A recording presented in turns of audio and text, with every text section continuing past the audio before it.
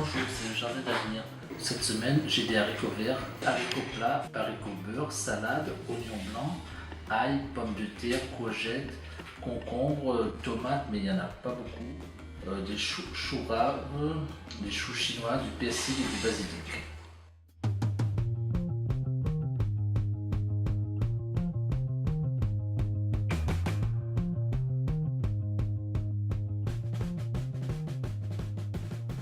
Dans notre monde, si on n'est pas solidaire, on aura du mal à vivre. Il y a des gens qui ont beaucoup moins de possibilités que d'autres, donc c'est à chacun de faire en sorte que tout le monde aille de l'avant et qu'on ne laisse personne au bord de la route. Alors pour être vraiment franc, c'est pas moi qui ai eu l'idée le premier de monter le jardin de Cocagne, à Saint-Roux.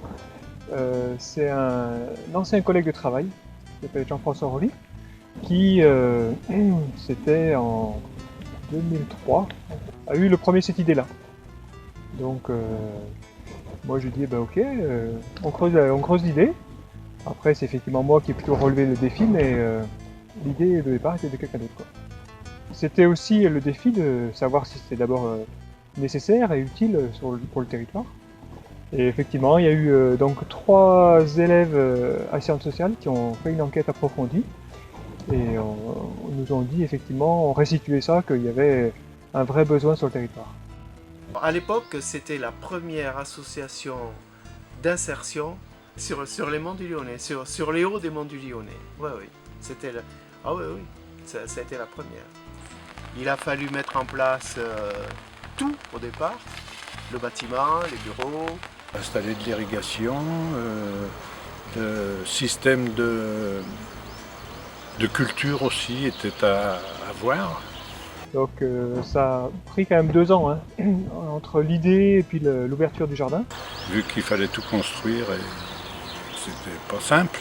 J'étais pas maraîcher professionnel hein, à la base, donc il y a beaucoup de choses que j'ai appris, que j'ai découvert sur le tas. Il y avait tout un réseau quand même bienveillant autour de nous, en quelque sorte, aussi bien agriculteurs que réseau adhérents, que consommateurs, pour faire que ça marche, quoi, pour faire que toute la sauce prenne, quoi.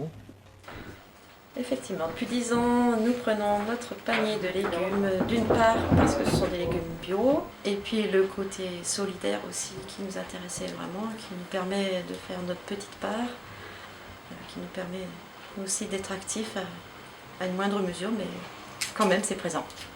La mission de Jardin d'Avenir, c'est l'insertion socio-professionnelle, donc par l'activité économique, et nous l'activité support, donc c'est le maraîchage biologique et la production aussi d'œufs.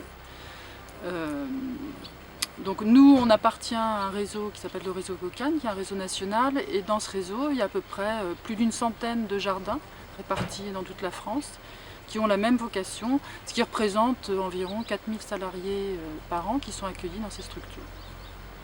Le travail au Jardin d'Avenir, pour moi, je le définis en, je dirais, 2 actions. Une action où moi, je parle pour moi, je retrouve un cadre de travail défini, avec la découverte du maraîchage, qui était mon objectif. Donc j'ai découvert ce qu'était le travail du maraîchage, grâce aux encadrants. Et puis dans un deuxième temps, c'est un lieu pour se retrouver socialement, pour se retrouver avec soi-même et pour envisager l'avenir avec professionnellement, grâce à Amandine qui s'occupe des formations et de nous aider à établir un projet pour après le jardin. Les salariés qui viennent travailler ici, ce sont des salariés qui n'ont pas travaillé depuis longtemps. Du coup, on essaie d'identifier avec eux qu'est-ce qui fait qu'ils sont en difficulté pour trouver du travail. Donc ça, c'est des choses dont je vais parler avec eux pour essayer de leur donner des pistes de résolution. Donc moi, j'accueille des jeunes qui ont entre 16 et 25 ans qui sont à la recherche d'un emploi et qui ont besoin aussi de travailler parfois leur projet professionnel, tout ce qui va concerner aussi la recherche de formation.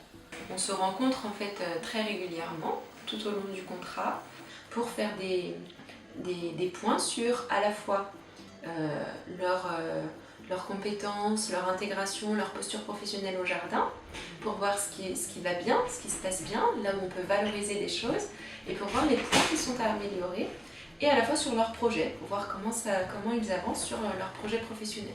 Donc on est sur un travail un peu d'aller chercher qu'est-ce qui freine, ou qu'est-ce qui pourrait être développé pour leur permettre vraiment d'ouvrir le plus possible leur potentiel.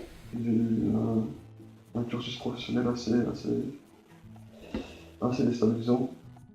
Donc il fallait que je me repositionne pour m'apaiser humainement, quoi, personnellement. Le travail d'interne m'a beaucoup aidé. À chaque fois, on met en place des objectifs et ce sont les salariés qui les expriment.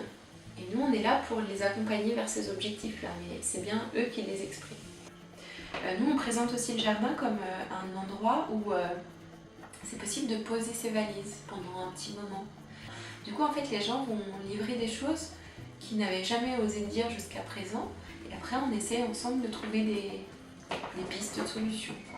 C'est vrai que c'est un des points vraiment positifs qui permettent à la fois de se poser et puis vraiment d'avancer sur le plan personnel, de prendre le temps de le faire. Moi, ça m'a permis de reprendre confiance en moi, de travailler avec les animaux, d'avoir une tournée, la confiance qu'on me faisait par rapport à la tournée. Je vois Amandine régulièrement, tous les 3-4 mois. Et donc, depuis que je suis au jardin, c'est vrai que je constate déjà des évolutions en termes d'affirmation de mes capacités, de ma personne. Mais bon, je crois qu'il y a encore pas mal de travail à accomplir, notamment pour gérer les situations de stress. C'est la première fois quand j'ai travaillé en France, c'était ici. Donc ça fait beaucoup de choses que j'ai appris ici. Tout ce que j'ai appris ici et je suis devenue à ma place maintenant, c'est grâce à jardin. Quand je suis partie, j'ai trouvé du travail, ça c'est grâce au jardin.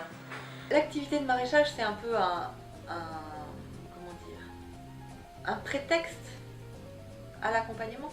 Même si ce prétexte-là, il a des grandes vertus. Parce que je pense qu'effectivement, un travail sur la terre, c'est pour ça que je parle d'ancrage, parce que je pense qu'on est quand même sur un travail avec des éléments naturels. Et dans un monde d'aujourd'hui, on est beaucoup sur le virtuel, sur l'informatique, sur quelque chose qui va très vite. Voilà, ça ramène des choses aussi très concrètes, quoi, et du présent. Les personnes qui se retrouvent en difficulté et en demande d'emploi, par le fait même de cette situation, se retrouvent avec une perte de confiance en eux.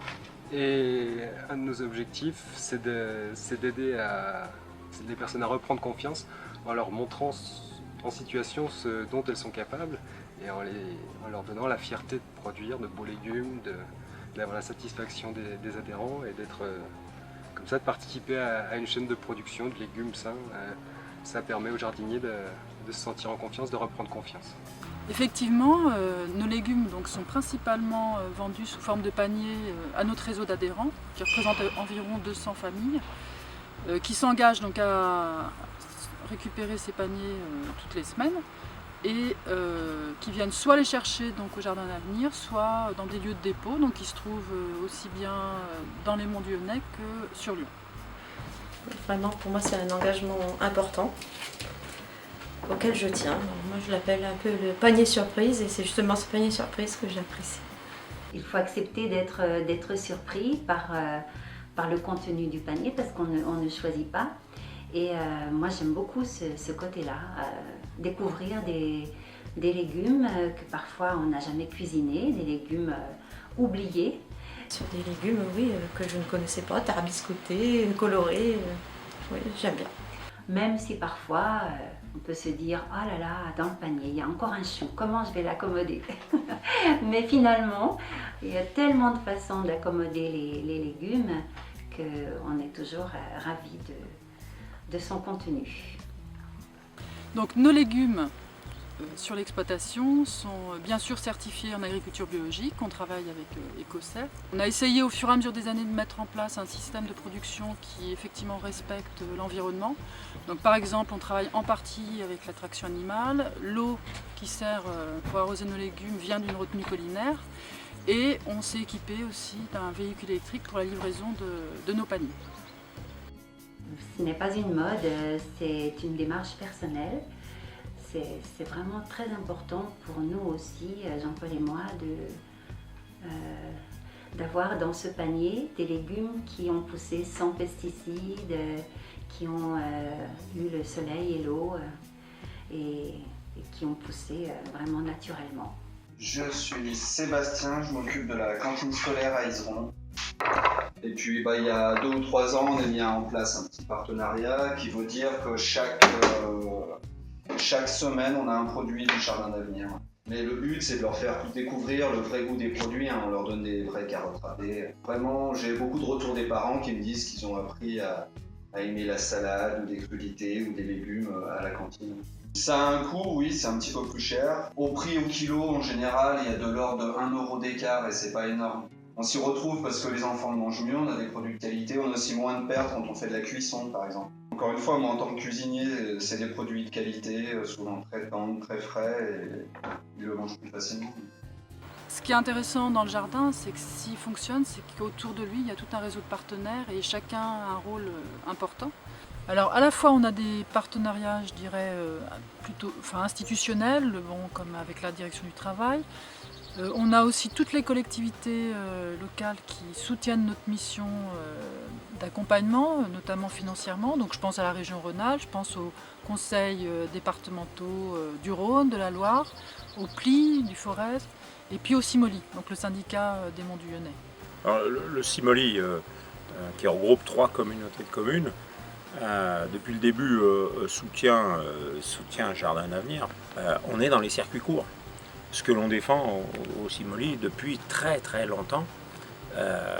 Et donc, voilà, Jardin d'Avenir nous aide dans cette dynamique, avec les paniers, avec tout ce qui est fait, le consommé local, etc.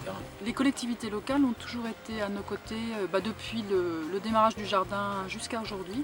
Et c'est vrai qu'on a la chance d'être sur un territoire, donc les Monts du Lyonnais, où les élus sont sensibles à la fois à ces dimensions sociales et d'insertion professionnelle et aussi à ces dimensions de développement durable.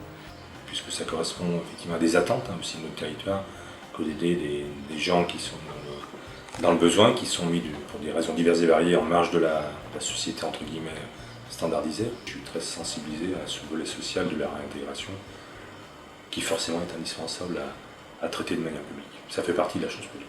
Aujourd'hui, on cherche aussi à développer des partenariats avec les entreprises locales.